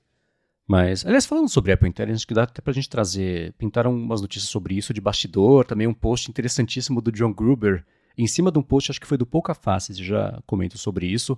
Mas antes de falar sobre isso, eu quero agradecer a Gorilla Shield, que está mais uma vez patrocinando a fonte e segue oferecendo, se você usar o cupom GHZ no checkout, você ganha 5% de desconto cumulativo com os descontos que estão rolando no site. Eles estão, por exemplo, com uma promoção bem interessante de volta às aulas, então tem desconto desde hub, USB-C para USB-A, que tem entrada de cartão, tem até Ethernet também, caneta digital, estados para você usar nos seus aparelhos, dispositivos todos móveis, mochila também, né, para quem vai para lá e para cá, tem mochila tanto dessas que o pessoal usa mais no avião, quanto de dia a dia mesmo, para levar aí o seu notebook. Eles estão com essa promoção. Tá também rolando uma promoção de os earbuds, eles chamam earbuds G Pro, um fone de ouvido que você conhece, tipo, não quero falar o nome do concorrente deles, mas você sabe o que eu tô falando, que se você comprar um, você leva outro. Então, você leva 2 pares comprando um par dos earbuds Pro. Tem um carregador que eu adoro, o 3-in-1, que é o carregador deles, que você carrega o seu Apple Watch, os AirPods e o iPhone. Tem uma luzinha de cabeceira também,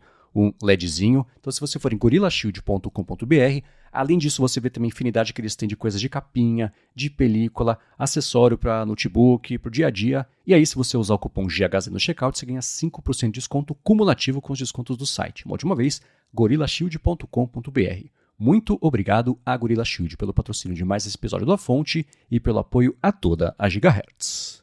Muito bem, seguindo com o papo de Apple Intelligence, a gente viu nessa última semana, que não é novidade para ninguém, mas que a Apple acordou para o fato de que ela precisa acelerar, né? A gente tem desde 2018 o John Giannandrea no comando das iniciativas de machine learning da Apple. Esse é um cara que veio do Google, ele era responsável pela parte de pesquisa e machine learning do Google, um cargo gigantesco, uma responsa gigantesca, uma bagagem.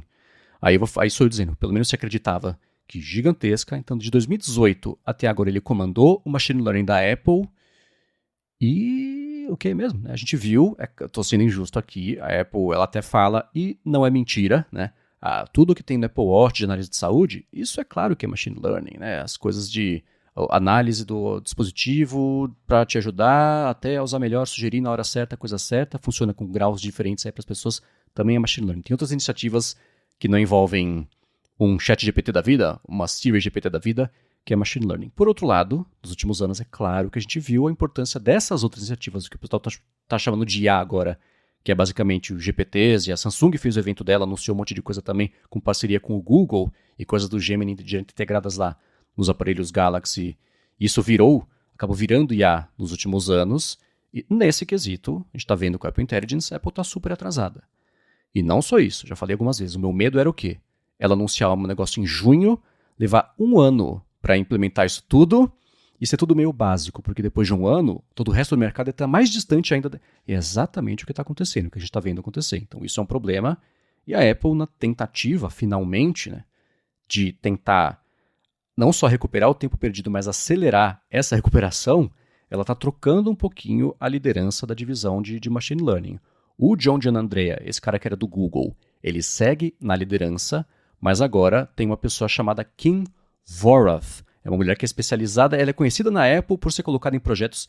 Sabe o Mr. Wolf de Pulp Fiction? Eu resolvo problemas? Aparentemente é ela que é essa pessoa lá dentro, né? Tem ela e tem o Bob Mansfield. Os dois, inclusive, foram colocados em algum momento ali no projeto do carro para tentar dar jeito e deu no que deu. Mas ainda assim, agora ela tá lá, a veterana da Apple tá lá para ajudar a comer o chicote ali, ainda que sob o John Giannandrea. Não é só ela, tem também outras movimentações de bastidores nessa divisão da Apple.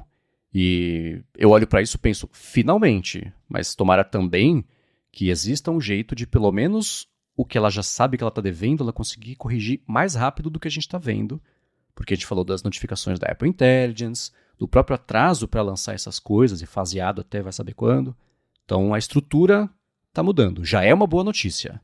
Aí é claro que eu vou passar a bola aqui para o Adorno para pegar as impressões a respeito disso, mas eu já vou antecipar a minha réplica, que eu ainda assim acho que isso não é suficiente. Mas antes disso, eu quero entender do Adorno o que ele está pensando. Olha, ela é conhecida por resolver problemas. Mas você diria que ela resolveu o problema do Apple Vision Pro? Lançaram, né? Sim. Mas resolveu? E foi tipo, ó, tá aí, galera. Foi o que deu. E eu acho que o Apple Intelligence e a Siri são a mesma coisa. Tipo, ó, vai ser isso, mas não tem muito. Um pouco antes do Apple Intelligence ser lançado, lembra que tiveram algumas reportagens falando daquele pessoal que trabalhou com a Siri, dizendo do grande problema que ela era, de como ela era tão arcaica, de como ela não tinha um jeito fácil de funcionar. Então, assim, para você deixá-la um pouquinho mais inteligente, meio que você tinha que apagar tudo e fazer de novo. Uhum. Então, enquanto essa for a Siri, eu não vejo sucesso. Acho que não tem como. E o próprio Gurman mesmo já falou outras vezes que, por exemplo, essas grandes novidades de IA generativa que a gente espera, que é a Siri tomando o controle do celular e pegando informação de tipo, pô, lembra aquele dia que eu falei pro Marcos que eu ouvi aquele podcast no minuto, e aí eu queria saber qual que era o minuto que falava de uma receita de bolo, e aí a Siri vai lá e fala, é isso daqui, ó. De tipo, se um dia funcionar, isso vai ser bem legal.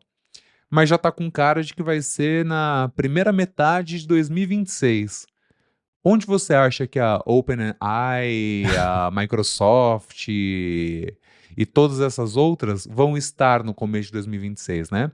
A OpenAI anunciou agora o Controller, né? Que é mais ou menos o que o Gemini faz são agentes que resolvem pequenos tasks, tipo, quero viajar. Prepara minha viagem, eu não quero nem saber, eu só vou passar o cartão, né? De tipo, uau, eu quero fazer tal coisa, só me volta quando você tiver todas as informações. E no caso do Apple Intelligence, então assim, vamos ver se ela vai realmente conseguir resolver este problema, porque realmente é um problema, né? Acho que a Apple não estava preparada para esse mercado desse jeito. Talvez eles tivessem pensado que seria meio que um fogo de palha, meio NFT, né? Lembra o pessoal falando, porque a Apple tinha que colocar suporte NFT na carteira, não sei o quê, pipipi, popopó, e morreu, né? Deixa quieto. Mas o Apple Intelligence... pois o Apple Intelligence não vai embora tão cedo, né? Essas empresas, ao menos que a gente tenha uma guinada verde e todo mundo fale, olha, acabou a inteligência artificial porque está acabando com o planeta um pouco mais rápido, o que de fato está, vai ficar por aí. Então, assim, alguém precisa resolver isso. E nós sabemos o nome da pessoa que vai resolver. Agora a gente vai ter que esperar, em 3 anos com certeza. O que eu tenho... O que eu ia falar, né? A minha réplica é a seguinte, né? Se a gente pega... Quais são as outras empresas grandes que estão fazendo isso? OpenAI, óbvio, né? Fazendo isso por conta própria. E ela foi fundada por uma galera, são, sei lá, 17, eu acho, cofundadores. E desses todos só sobraram 3. O resto, todo mundo saiu para fazer uma OpenAI sem o Sam Altman. Basicamente, é isso que a gente vê de novo e de novo, né? A gente pega, por exemplo, aquele cara, o Ilya Sutskever. Ele ajudou lá no começo... junto com o Geoffrey Hinton. Eu vou jogar um monte de nome aqui, mas é importante a gente saber o contexto desses nomes, tá? O Ilya Sutskever, junto com o Geoffrey Hinton e o Alex, eu esqueci o sobrenome dele, eles fizeram basicamente o primeiro sistema de aprendizado de máquina para reconhecer imagens, era AlexNet. Né? Esse Geoffrey Hinton, ele é um acadêmico que ao longo da carreira dele foi ficando cada vez mais importante, ele é conhecido como o... Eles falam que é o Godfather, eu nunca sei se ele é o padrinho mesmo ou o poderoso chefão da IA, do Machine Learning. Mas ele ficou um cara gigantesco na Universidade de Toronto, uma vida acadêmica super frutífera. Nesse meio tempo, Ilya Sutskever saiu, ajudou a fundar a OpenAI. O Geoffrey Hinton foi contratado pelo Google em 2013. Ele passou de 2013 até o ano passado, ano retrasado, acho que foi ano passado. Ele saiu de lá e saiu brigado, do tipo, as empresas estão desenvolvendo as IAs de um jeito bastante irresponsável, isso vai dar ruim, eu não quero mais contribuir para isso, eu tô fora. E ele está agora investindo em iniciativas de responsabilidade para o desenvolvimento de IA. Se a IA vai acabar com o mundo ou não, isso a gente pode deixar para outro momento, né? Essa é uma discussão que daria para tomar alguns episódios aqui, e não do estilo de não, Exterminador do Futuro, mas de um outro jeito. Enfim, né? O ponto é, o Google fez isso. Junto disso tem a DeepMind, que foi fundada por um bando de gente também. Uma dessas pessoas, Demis Hassabis, outro nome que eu estou jogando aqui. Quem acompanha o prêmio Nobel deste ano sabe que o Geoffrey Hinton e o Demis Hassabis, cada um levou um Nobel. Um foi de física, o outro foi de química. O Demis Hassabis, junto com outro cara, Mustafa Suleyman, dois cofundadores da DeepMind, do Google. Mustafa Suleyman hoje está na Microsoft. Né? Então, você vê a Meta. Tem desde 2013 também o Yann LeCun, que é um francês também, assim, o reconhecimento óptico de caracteres foi ele que inventou, basicamente. Redes convolucionais, saiu da cabeça dele. Ele é um cara que também sempre esteve muito ligado à pesquisa, à academia. Então, todas essas pessoas estão há muito tempo lá, fazendo essa base de pesquisas acadêmicas, conexão mesmo com o mundo acadêmico, para as empresas poderem... O Google, que foi quem inventou o Transformer, o T do GPT, né? Foi junto também com o pessoal de academia. Então, essa relação das empresas é muito importante. Pelo visto, a Apple não tem isso. Ela, há poucos anos, sei lá, 6, mas assim, há poucos anos, começou a divulgar no site dela, tem um portal de pesquisa de machine learning, que nem isso o pessoal podia fazer. Eu estava perdendo talentos, porque esse pessoal vive de divulgar pesquisa. O Yann LeCun, faz 2 semanas, ele próprio divulgou junto com mais um bando de gente, mas ele dedicou o tempo dele à pesquisa de uma outra melhoria agora da parte de como é que funciona os modelos de machine learning. Essa galera é muito ativa nisso, né? E a gente não vê isso acontecer na Apple. Isso é um problema, né? Porque essa é a base, essa inquietude de pesquisa acadêmica é a base, né? A gente não vê isso acontecer. A Samsung, é que a Samsung... vamos lá, vamos perder o patrocínio da Samsung para sempre, mas não importa. A Samsung, eu percebo o que a concorrência está fazendo que pega bem. Todo mundo tem um britânico, um velhinho branco, cabeça branca, falando de IA, que sabe falar polissílabos no teleprompter sem se enrolar. Beleza, chama um aqui. Aí nesse evento, tá aqui o professor Ian Horrocks, ele falando que a inteligência artificial será uma nova fronteira conquistada pela humanidade, por isso o Galaxy, telefone novo, ele está quebrando fronteiras, inovador. Mas até ela tá tentando fazer alguma coisa assim, né? É artificial? Totalmente. Mas mostra que ela sacou qual que é a missão. E a Apple ainda segue sob um cara que de 2018 até agora, quando precisa mesmo de não ver os frutos disso saindo, tá ainda de dentro, promovendo de dentro, que é a história da Apple, é promover de dentro, beleza, mas eu acho que isso não vai resolver o problema. Precisa chegar alguém lá para fazer o chicote comer de verdade, alguém que tenha um histórico, porque ela não pega o Geoffrey Hinton, por exemplo, que é um cara que tá, assim, ela certamente já pensou nisso, não estou propondo uma ideia muito nova aqui, né? Tem motivo para ele não estar lá. Mas alguém desse calibre, que tenha preocupação em fazer IA do jeito certo, do jeito positivo, que fecha 100% com o que a Apple se propõe a fazer com tudo, né? Eu estou sentindo muita falta de ver a Apple investir nesse tipo de coisa, que eu acho que é daí que vai sair. Se ela está atrasada, já foi, já era. Ela vai levar, eu vou exagerar, mas não tão longe assim, tá? 1 década para conseguir correr mesmo atrás desse tempo perdido. Então faz direito, né? Não erra do zero. E a de dúvida novo. é, será que eles têm 1 década para correr atrás disso? Porque Ótimo ponto. é como a Nokia que negou o iPhone, como a BlackBerry que negou o iPhone. Essas empresas eram gigantes, mas não tiveram 1 década para correr atrás. Então, Ótimo assim, ponto. a Apple hoje é a maior empresa de valor de mercado, vale uma fortuna, é irreal o número da empresa. Mas ela tem 10 anos? E aí tá uma falha da gestão Cook, né? Ele, infelizmente, foi péssimo em trazer nomes de fora para a Apple, né? As pessoas que ele trouxe, a maioria dessas pessoas não conseguiram se manter na cultura da empresa. Tanto que agora você vê que tem um departamento de design de produto esvaziado. Aí você fala, pô, mas o Uhum. core da empresa era fazer produtos lindos, inovadores e não sei o quê. Não tem ninguém. Foi todo mundo embora. Então o que que vai acontecer? A Apple vai terceirizar da Love From? Talvez, mas assim, você consegue pensar que em 2025 a Apple não é mais a empresa que dita o design e a moda, apesar Uhum. de ainda ditar alguma coisa, mas é diferente? Então acho que é isso. Eu não Totalmente. sei se eles têm 10 anos para isso. E aí a gente pode falar de uma pequena curiosidade que saiu essa semana, de que a Siri não soube acertar quem foram os vencedores do Super Bowl das últimas 58 edições. De 58 times que ganharam, né, 58 premiações, ela acertou 38. Ou seja, 20 ela chutou. Mas assim, acho que não é uma informação que você chuta, né? Acho que é um pouco fácil de descobrir. Esse é o post que eu tinha comentado que eu achava que era do Pouca Faces. É, do Pouca Faces. E ele foi repercutido pelo John Gruber nessa semana. E o Gruber escreveu uma matéria em cima disso também, que é o seguinte: o que o Gruber explicou sobre esse post do Cafaces foi que a Siri está ficando pior, ao invés de melhorar. O título do post dele é A Siri é super burra e está ficando mais burra ainda. Porque antes, o funcionamento da Siri era: você perguntava para ela, falava, sei lá, pesquisa você. Tá aqui alguns links. Isso era melhor do que agora ela, com a ajuda do ChatGPT, inventar uma resposta que não está certa, mas o trabalho do LLM é responder. Né? Ele fala o seguinte: se você perguntar pro ChatGPT, ele acerta. Se pergunta para Siri, que vai usar o ChatGPT, ela erra. Como é possível, né? A base ser a mesma, então o problema está justamente na Siri. E ele fez uma investigação super interessante. Ele pensou numa coisa mais específica e estranha que ele pôde pensar sobre para fazer o teste dele.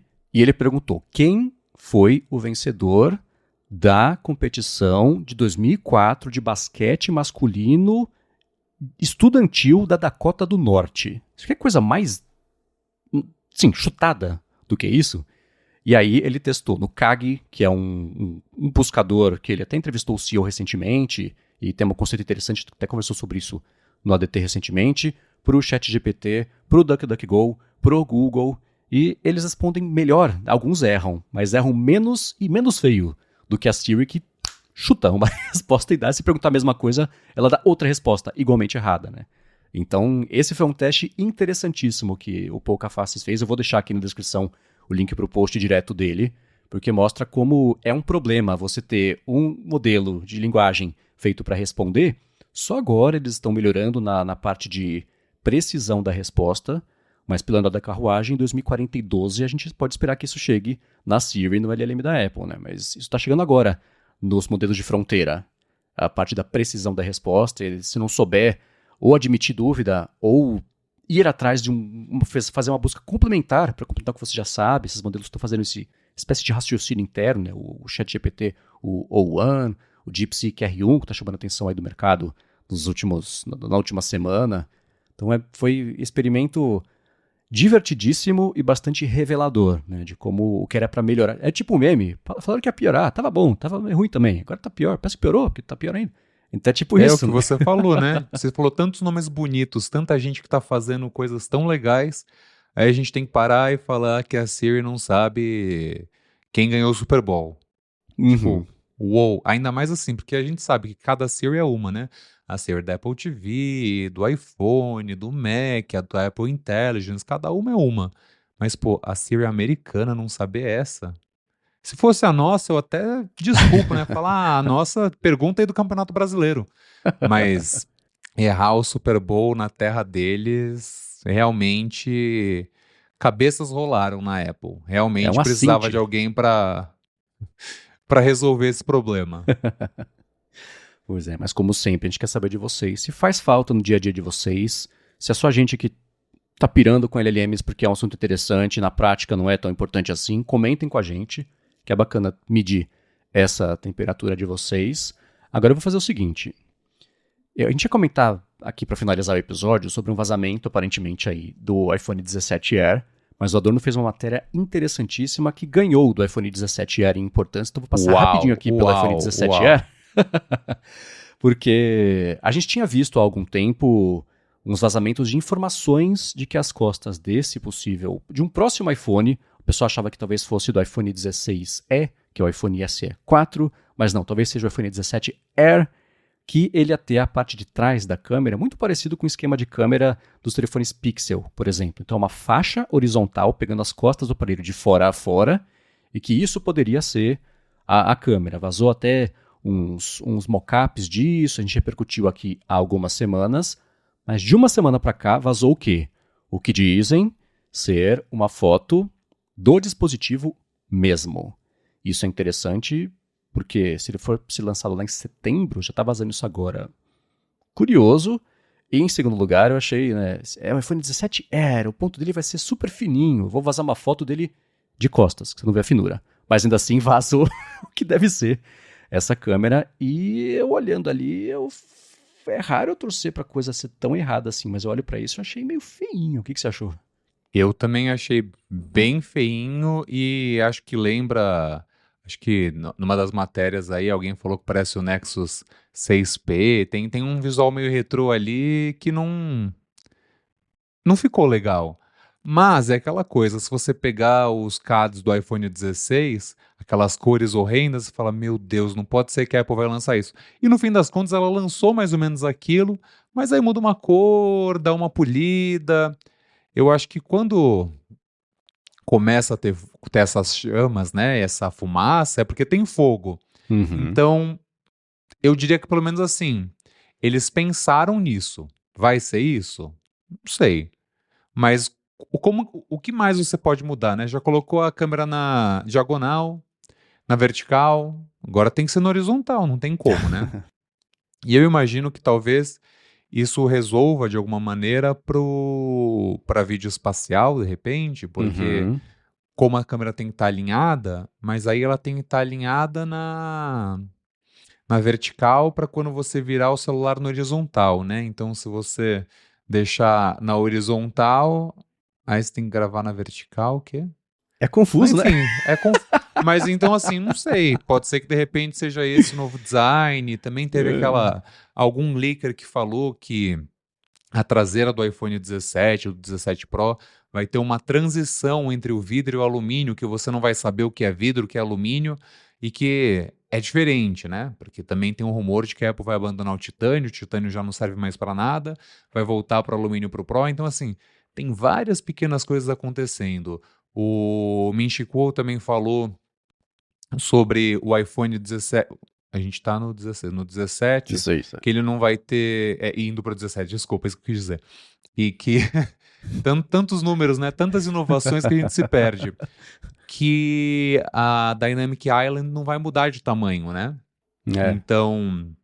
Porque isso era um rumor do Ross Young, que é aquele analista de telas super bem informado, e ele tinha falado há uns anos, olha, o iPhone 17 vai ter uma Dynamic Island menor, porque ele vai colocar alguns sensores do Face ID embaixo da tela. E aí ele falou, já tem uns meses, que isso não ia rolar e que ia continuar mais ou menos a mesma coisa. Mas aí sempre tem um atrasildo que fala, não, porque vai ter, que vai ficar menor, não sei o quê, e aí gera esse enrolo. Esse enrosco, na verdade.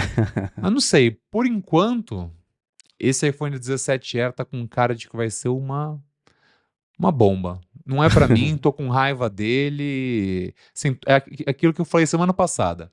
Vai todo mundo comentar, ninguém vai comprar, mas um dia talvez ele sirva pra alguma coisa, pra um foldable.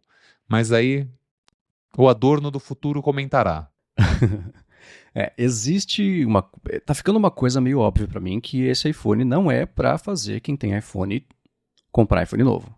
É pra trazer gente nova pro ecossistema da Apple que por algum motivo esteja usando outro telefone. Ele acaba sendo tão diferente, esse 17 Air, sobre a câmera na parte de trás, pensa no formato de pílula dos iPhones 16 normais. Agora gira essa pílula 90 graus e faz ela tomar todas as costas da parte de cima do aparelho, alinha bem por cima ali. É mais ou menos assim.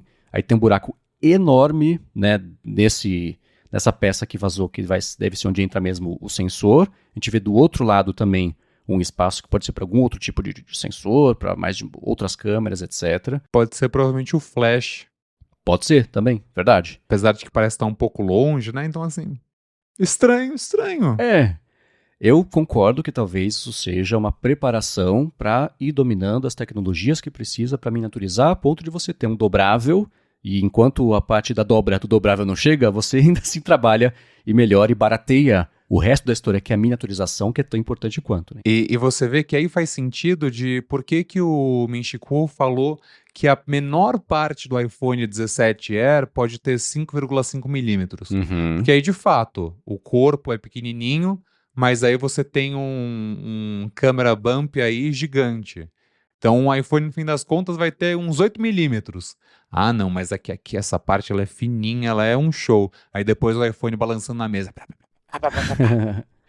O que eu sei é que tem múltiplo, como você falou, né, de fumaça e fogo, tem múltiplas fontes apontando para o mesmo lado de como é que deve ser essa câmera. Pode ser que ela não seja exatamente assim, mas ela tá com cara de que vai ser mais próxima disso do que das câmeras que a gente... O cooktop tradicional ali que a gente está acostumado a ver das câmeras dos iPhones. Então vamos ver o que vai rolar a respeito disso. Mas agora sim, para finalizar o episódio, Adorno, você publicou um post interessantíssimo. Se você que está escutando só tem tempo de ler um post essa semana, que seja esse, sobre uma parte de bastidores da Apple do Brasil, que a gente não costuma virar tanta notícia assim, e é um caso grande, que é aquele que a gente até repercutiu aqui recentemente, envolvendo o CAD, que é o Conselho Administrativo de Defesa Econômica do Brasil, aquela reclamação do Mercado Livre, que foi feita não só no Brasil, mas também no Brasil, acho que no Chile também, né, uma coisa assim.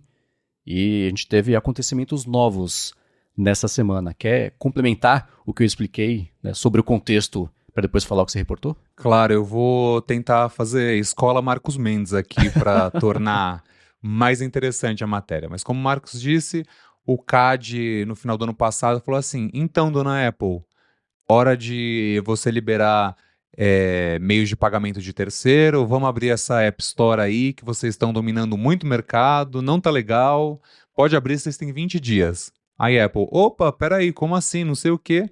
Deram uma travada, meio que tá indo na justiça, o CAD fez, a gente vai investigar então qual que é. E aí, essa semana rolou uma movimentação, porque eu estava dando uma olhada aí nesse processo do CAD, e aí quando você vai ver, a Apple fez uma reunião com o órgão governamental, e aí você começa a pegar as pessoas que participaram dessa reunião, e é tipo, VP de regulação, conselheiro legal, sênior, o diretor do jurídico da Apple da América Latina. Então, assim, a Apple tá com medo do CAD. A gente acha que não vai, que geralmente não dá em nada, mas dessa vez parece que, de repente, a gente vai ser irmão da União Europeia. Então, o que basicamente o Mercado Livre fez ali pela zoeira é que ele acha que a Apple tem um monopólio da App Store, do iPhone, e que eles podem, e que isso está atrapalhando a inovação, que é o que alegaram na União Europeia, né? E aí o que está acontecendo agora é que teve essa reunião, por enquanto nada, assim, de fato, ouvinte, agora nada aconteceu, mas a gente está assim, vendo o que pode acontecer. E a Apple disponibilizou para o Nova Post um material falando de por que o sideloading é ruim, por que isso é um problema. E o que parece é que a principal bandeira deles é como que a Apple é detentora de um monopólio se ela só tem 10% do market share brasileiro. Isso é uma informação nova. Você sabia que a Apple só tem 10% do market share de smartphones no Brasil? Nope. Pois é, porque o que algumas publicações deram foi: a Apple promove mais de 275 mil empregos relacionados ao iOS no Brasil. Mas essa é só uma parte dessa história, desse material. Então, assim, a Apple tá tentando deixar claro que não só... É que é engraçado essas grandezas, né? A Apple é tão pequenininha, mas ela também é tão importante. Então, assim, ela mal existe no Brasil. São 10% de usuários de iPhone, né? Quem somos nós? Ou seja, as pessoas, elas preferem e escolhem um Android, né? Então, você tem ali a possibilidade de fazer seu sideloading, de baixar de apps de terceiro pelo Android. Se você está comprando um iPhone, é porque você não quer isso. Afinal, o market share maior é do Android. Mas, por outro lado, a Apple começou no Brasil há uns 10 anos o projeto piloto da Apple Developer Academy, que é para o ensino superior, que ensina essas pessoas a programarem, desenvolverem, quase que lançar uma startup focada em iOS, né? iOS. Eu já não tenho mais voz, já não tenho mais como gesticular. Então tem isso, a Apple está gerando aí mais de 275 mil empregos indiretamente, né, no sentido de que você tem uma empresa, vai fazer um aplicativo, você precisa de um desenvolvedor de iOS. Então, assim, é uma galera que trabalha com isso.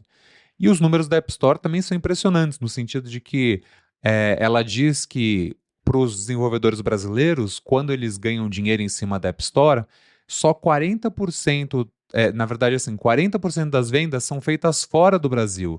Ou seja, tem todo um mercado de fora que está comprando o aplicativo dos desenvolvedores brasileiros. Então, se a Apple concordar com o CAD, se o CAD decidir que vai ter que ter site loading, isso significaria que você estaria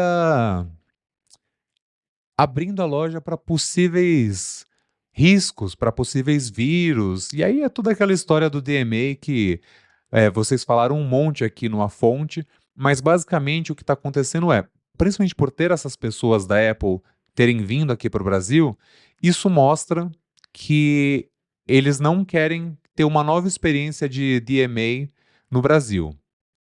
E aí a minha matéria ela vai falar disso, de quais são esses números, por que a empresa entende que o sideloading não é legal e que está rolando uma movimentação. Por enquanto, nada aconteceu, o CAD está investigando, eles não comentam casos em andamento, mas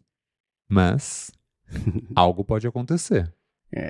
Tem uma coisa que a gente comenta aqui com frequência que é o seguinte, né? Nenhum processo contra ou movido pela Apple acontece num vácuo.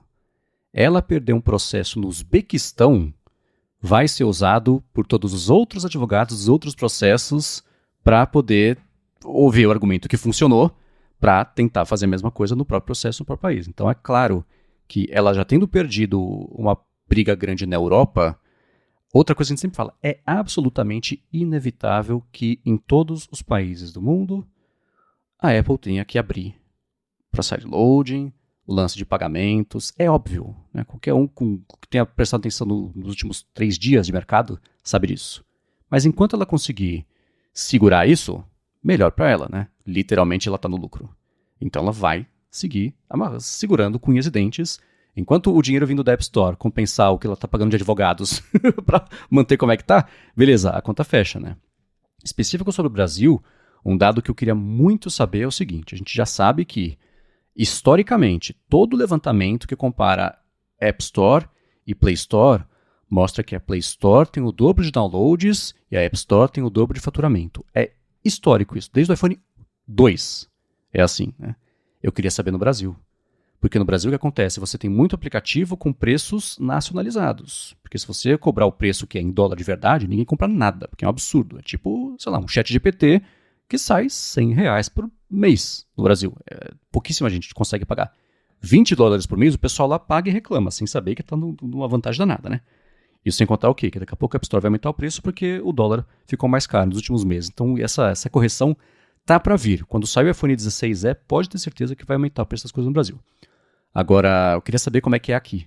Porque ela falar que tem 10% só de mercado é o jeito que tradicionalmente você pode analisar se é ou não um monopólio. Mas eu acho que existe um outro jeito que você pode analisar o mercado, que é o seguinte: se você não é um monopólio do mercado, você não tem 50% do mercado, mas o dinheiro que você tira do mercado é a maior parte, deve dar para ter o argumento de que existe algum tipo de monopólio financeiro, não sei. Mas acho que é para aí que tem que olhar. E se aí a Apple conseguir tirar mais do que todo o resto, ela tá agindo de um jeito que, tendo 10% ou não, vai proteger esse bolo do todo. E aí que a coisa fica interessante. Então vai ser muito bacana ver como é que vai evoluir essa briga. Espero que venham mais dados. Você chamou atenção para uma coisa muito importante e que o pessoal tira sarro, por exemplo, né? No evento da Apple falando sobre ecossistema. Gente, o iMessage é uma coisa maravilhosa, todos os dias são trocados 460 trilhões de mensagens, as pessoas se conhecem, se casam, se apaixonam, ficam ricas e combinam tudo que o iMessage está na vida das pessoas. Aí na hora que é a parte da regulação, não, o iMessage não representa nada, é uma porcentagem minúscula de pessoas que usam. Então, volta pro quê? O papo que a gente está comentando agora há pouco do Spotify, né? De como é que paga, como é que são os números, né? Tudo é de como você conta a história em favor próprio, que esse é o trabalho das empresas, especialmente de advogados também. Então, quero ver como é que vai evoluir essa parte para ela achar um jeito que faça sentido de fazer esses números todos amarrarem sem negar a realidade, né? É porque isso são grandezas muito interessantes, de tipo, a Apple fala que tem 800 milhões de visitantes na App Store por semana, que já gerou receita de 1,1 trilhão de dólares, está disponível em 44 moedas, 175 países. Mas aí tem um contraponto, né, que inclusive são dados que ela divulgou já, na verdade, ela divulgou, ou que sites divulgaram, que é que a quantidade de aplicativos que estão na App Store e que são gratuitos e que não pagam nada para a Apple é grande. Então, assim, 85% dos aplicativos da App Store não geram dinheiro e a Apple não cobra nada. Então, assim, é um elas por elas, mas ainda assim, caridosamente, a Apple mantém esses aplicativos hospedados de graça, né? Eles estão pagando ali, estão colocando a estrutura deles para o desenvolvedor promover o trabalho dele. E aí sobram 15% de aplicativos de desenvolvedores pagantes. E desses 15%, a maioria para mim é 50% mais um, né? A maioria deles paga a taxa de 15% e não a de 30%. Então, tecnicamente, a Apple estaria fazendo o melhor negócio do mundo. Além do que, eles só cobram pelos digital goods, né? Que é quando você compra um livro digital, quando você compra moedinha do teu jogo. Mas, por exemplo, a Amazon vendendo um livro físico, eles não cobram a taxa do livro físico. O Mercado Livre vendendo uma bola de futebol, eles não vão cobrar a bola de futebol. Então é aquela coisa, eles têm números incríveis, absurdos, de uma magnitude gigante. Mas também, olha só como poucas pessoas pagam de fato. Mas olha quantos empregos a gente gera. Assim, tem argumento para os dois lados. Longe de mim defender grandes empresas, mas também não acho que é tudo preto no branco. Acho que tem como jogar pelos dois lados. Dá para falar, tipo, realmente, a Apple, você só pode baixar no iPhone coisa pela App Store e a empresa deveria abrir. Ou você pode falar, olha, se você sabe que tem essa limitação, a plataforma é deles e tudo mais, se você quiser fazer outra coisa, tem um competidor, né? Tem a Samsung, tem a Motorola, tem a Xiaomi. Você tem escolha. Agora, se você quiser tudo, não funciona assim, né? De tipo, é livre mercado, tipo, escolha o que você quer. Enfim, a gente já vai indo muito longe, já vai... Mas assim, ouvinte, fique esperto, que a qualquer momento tudo pode mudar, ou não. Inclusive mas nada. Tem algo acontecendo. Inclusive nada, mas algo está acontecendo. Claro, isso só vai aumentar a quantidade de notícias assim. E é interessante, você tocou no ponto que eu achei interessante, que é o seguinte, né? O Mercado Livre não paga 15% ou 30% de comissão para as vendas lá. Por que ele está processando a Apple para tentar fazer abrir? Porque tem outras coisas, assinatura de Mercado Meli Plus, eu não sei se isso poderia ser uma compra interna, e aí sim a assinatura do serviço ela teria que pagar 30% ou 15%. Se a questão não é exatamente App Store, mas sim poder fazer sideloading, porque aí você pode fazer coisas que não estariam dentro do que você é obrigado a fazer para lançar o aplicativo na App Store. A gente vê isso acontecer, reclamação é recorrente disso, né? A Perplexity lançou nessa semana lá no Android o assistente que não está no iPhone porque precisa de permissões ali do sistema que não daria para colocar na App Store. Isso veio Direto deles. Então eles dizem que eu tendo a acreditar. Mas é que mesmo com o site loading, a Apple continua controlando, né? Tem Sim. toda uma série de regras na União Europeia. É a Apple que aprova a loja de terceiro, né? Então a Apple diz, tipo, Epic Games, você quer lançar a tua loja? Beleza. Como que vai ser? Assim, assim, assado? Ok, a gente aceita. Quais aplicativos? São esses? Esse daqui a gente não gosta, viu? Esse não vai rolar. Eles ainda têm um poder ali por cima. E eles ainda ganham em cima. Também tem isso. Então, a Epic Games fez a venda dela lá, a Apple vai ganhar um dinheirinho ali, vai ganhar uma comissão, que é muito próxima da comissão da App Store. Então, assim, mudou tudo, mas não mudou nada, né? Mas aí você abre esses riscos para vírus, tudo mais, que é o que eles batem, né? De tipo, saiu da nossa mão, apesar de não ter saído. Isso que você falou interessante de notarização lá, até que tem, né, você ir por fora, porque teve algum aplicativo recente de macOS que era externo, mas que tinha que usar sistema de notarização. A Apple falou, não, esse tipo de app não pode ter aqui, infringe nosso propriedade intelectual, então não pode ter. Removeram ali o direito da notarização do aplicativo, ele não pode mais rodar. Foi na Europa também, então tem uma outra confusão. O que mostra que nem tendo sideloading, os aplicativos estão livres de terem alguma decisão contra eles ali. Mas o fato é que aqui no Brasil, para ela ter, né, voltando ao começo, o que você reportou, e parabéns pela profundidade do que você reportou na matéria, sobre como agora está chegando no alto escalão das pessoas que têm mais poder de decisão, mais autonomia e com salários maiores ali dentro da Apple para tentar achar uma solução aqui no Brasil, porque nesse momento, até por essas pessoas todas estarem envolvidas, está chegando num ponto em que ela se vê mais em ameaça do que a gente costuma ver com decisão do tipo, justiça de não sei onde manda dar o maldito carregador porque não veio na caixa, dá logo, né? É um pouco mais sério do que isso, né? Eu não lembro de ter visto o VP vindo pro Brasil por causa de carregador. Exato. Então, assim, eu acho que... E justamente quando a gente não sabe a cara, né? Porque você sabe quem que é o Craig, quem que é o Tim Cook, quem que é o Phil Schiller. Esses são os bonitos, né? De tipo, são os legais. Mas e os que trabalham ali nos bastidores? Esses são os perigosos. Né? Você não dá todas as suas cartas assim. Não, o pessoal... São o que eu falei, o brinquedo Mr. Wolf, né? São os Mr. Wolves, né? São deployed quando precisa para resolver um problema de verdade, porque é quem, né, vai resolver. Wolves 2 sendo filmado aqui no Brasil. Aguardem.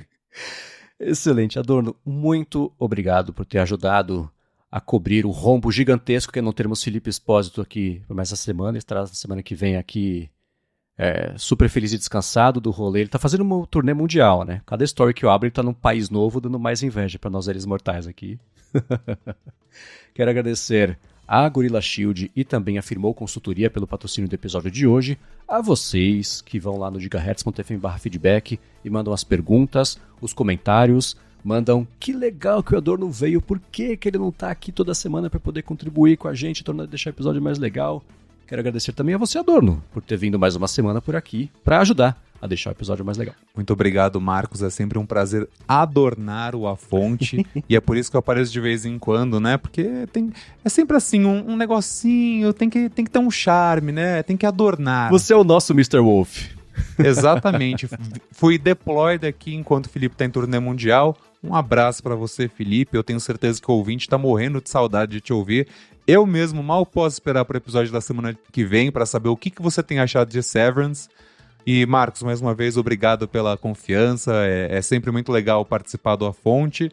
E você, ouvinte, sabe, pode me encontrar no Instagram como José F. Adorno. Eu também tô lá no Threads. Você pode me ler no bgr.com ou no novapost.com.br. Para você, um grande abraço e eu volto em breve, tá? Sem dúvida. Obrigado por ter disponibilizado o seu tempo pré-correria para o aeroporto aqui para participar do episódio de hoje. Para falar comigo, se vocês quiserem, eu sou MVC Mendes no Instagram e no Threads também. Eu apresento por aqui o Área de Trabalho e Área de Transferência. Para a Alura, eu apresento o IA sob controle.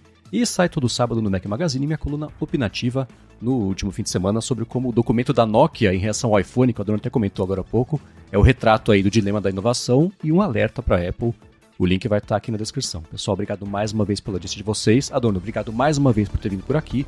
Um abraço para você. E na semana que vem a gente está de volta. Um grande abraço e até a próxima. Tchau!